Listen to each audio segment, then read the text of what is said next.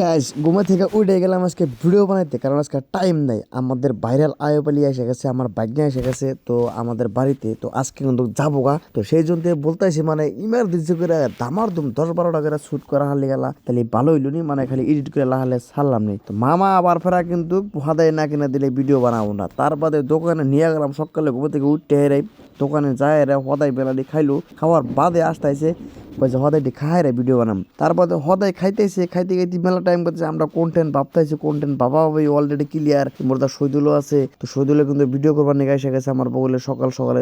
মানে ক্যামেরা লুকটা ওইরকম একটা খারাপ। আর আমার বয়সটা যে দিছি, বয়সটা কিন্তু ও ভাই সকালে ঘুমা থেকে উঠতে হেরে, ঘুমা থেকে না উঠতে হেরে দিছি আর কি। এক কথা কবার গেলি ভয়েস দিলাম, আপনারা ভিডিওটা দেখেন, কারণ আমার ভিডিও ছাড়ানোর মতো ভিডিও নাই।